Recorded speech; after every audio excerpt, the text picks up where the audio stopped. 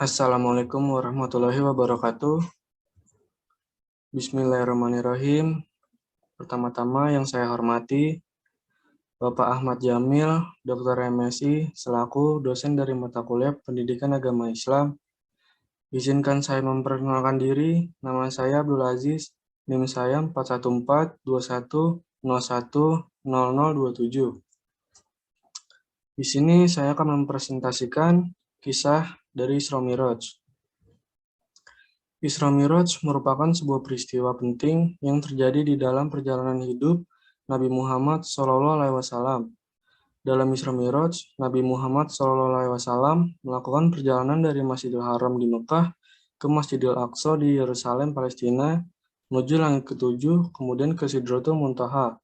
Perjalanan yang menembus langit ketujuh itu hanya ditempuh 1 malam atas perintah Allah Subhanahu wa Ta'ala. Di sanalah Nabi Muhammad SAW menerima perintah dari Allah Subhanahu wa Ta'ala berupa sholat 5 waktu.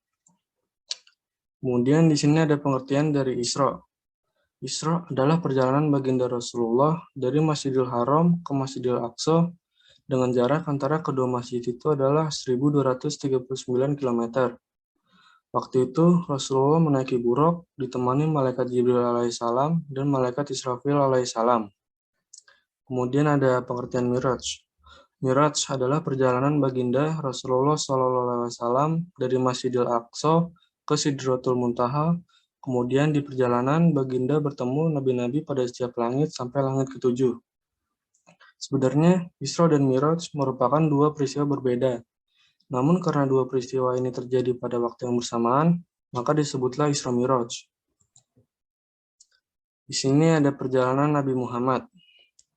Dalam perjalanan bertemu Sang Pencipta, selalu ditemani malaikat Jibril, Rasulullah mengendarai buraq, yakni hewan putih panjang, berbadan besar melebihi keledai dan bersayap. Dikisahkan buraq sekali melangkah bisa menempuh perjalanan sejauh mata memandang dalam sekejap untuk melewati 7 langit dan bertemu dengan para penghuni di setiap tingkatan. Dalam hadis tersebut dikisahkan di langit tingkat pertama Rasulullah SAW bertemu dengan manusia sekaligus wali Allah Subhanahu wa Ta'ala pertama di muka bumi, yaitu Nabi Adam alaihissalam. Saat bertemu Nabi Adam, Rasulullah sempat bertegur sapa sebelum akhirnya meninggalkan dan melanjutkan perjalanannya. Nabi Adam membalasnya dengan membekali Rasulullah lewat doa agar selalu diberikan kebaikan pada setiap urusan yang dihadapinya. Kemudian di langit kedua, Nabi Muhammad SAW bertemu dengan Nabi Isa alaihissalam dan Nabi Yahya alaihissalam. Seperti halnya di langit pertama, Rasulullah disapa dengan ramah oleh kedua nabi pendahulunya. Sewaktu akan meninggalkan langit kedua, Nabi Isa alaihissalam dan Yahya alaihissalam juga mendoakan kebaikan kepada Rasulullah. Kemudian Rasulullah bersama malaikat Jibril terbang lagi menuju langit ketiga. Kemudian di langit ketiga, Rasulullah bertemu dengan Nabi Yusuf alaihissalam, manusia tertampan yang pernah diciptakan oleh Allah Subhanahu wa Ta'ala di bumi. Dalam pertemuannya, Nabi Yusuf alaihissalam memberikan sebagian dari ketampanan wajahnya kepada Nabi Muhammad SAW, dan juga di akhir pertemuannya, Nabi Yusuf alaihissalam memberikan dua kebaikan kepada Nabi terakhir itu. Setelah berpisah dengan Nabi Yusuf alaihissalam di langit ketiga, Nabi Muhammad melanjutkan perjalanan dan sampailah dia ke langit keempat.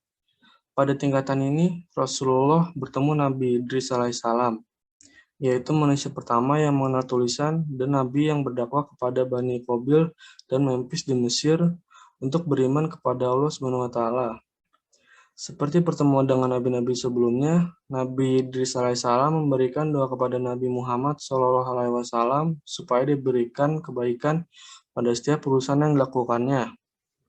Selanjutnya di langit kelima, Nabi Muhammad bertemu dengan Nabi Harun, yaitu Nabi yang mendampingi saudaranya, Nabi Musa alaihissalam berdakwah mengajak Raja Fir'aun yang menyebut dirinya Tuhan dan kaum Bani Israel untuk beriman kepada Allah Subhanahu wa Ta'ala.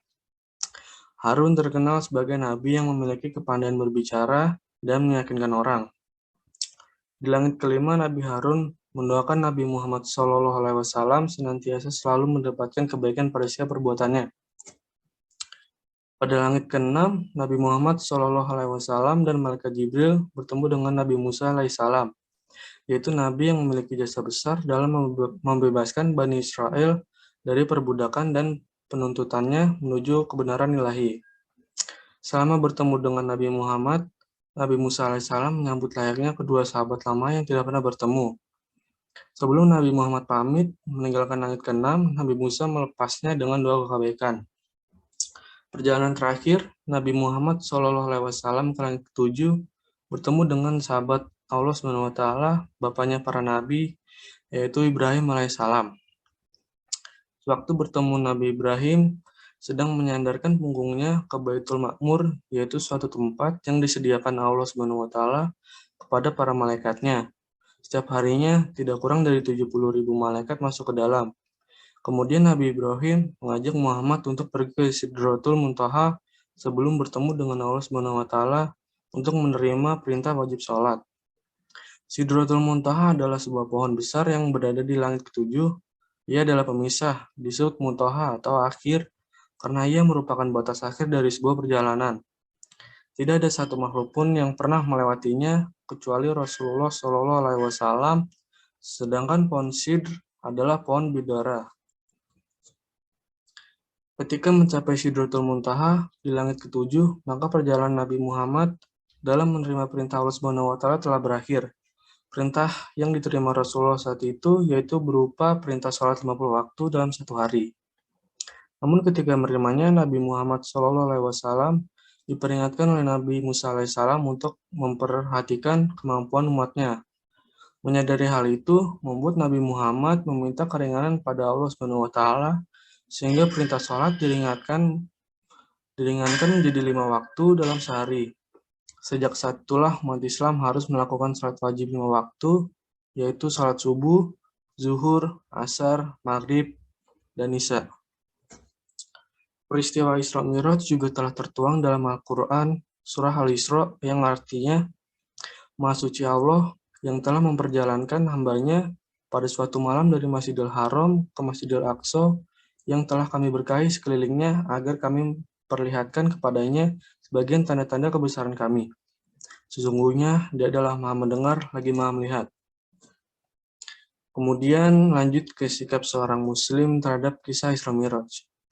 Berita-berita yang datang dalam kisah Isra Mi'raj seperti sampainya beliau ke Baitul Maqdis, kemudian berjumpa dengan para nabi dan sholat mengimami mereka, serta berita-berita lain yang terdapat dalam hadis-hadis yang sahih merupakan perkara gaib.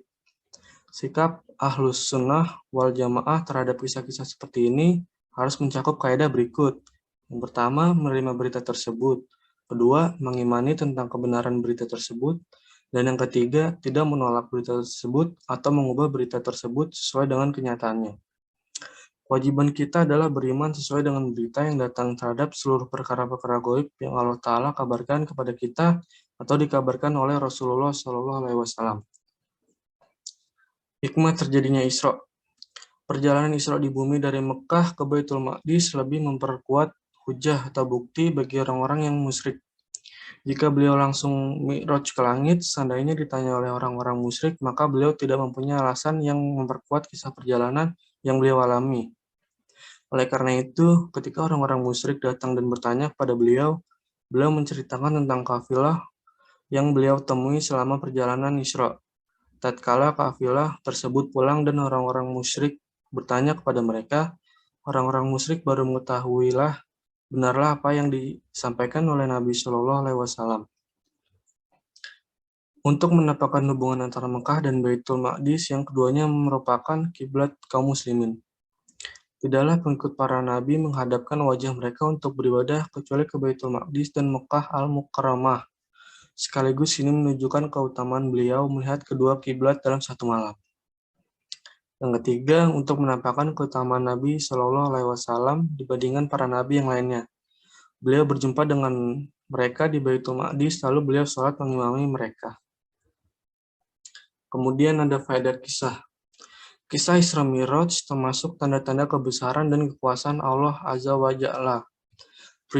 Peristiwa ini juga menunjukkan keutamaan Nabi Muhammad SAW di atas seluruh nabi dan Rasul alaihi wassalatu wassalam.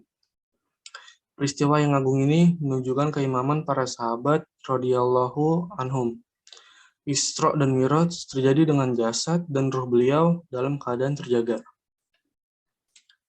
Baik, terima kasih. Sekian dari presentasi saya kali ini. Kurang lebihnya mohon maaf. Assalamualaikum warahmatullahi wabarakatuh.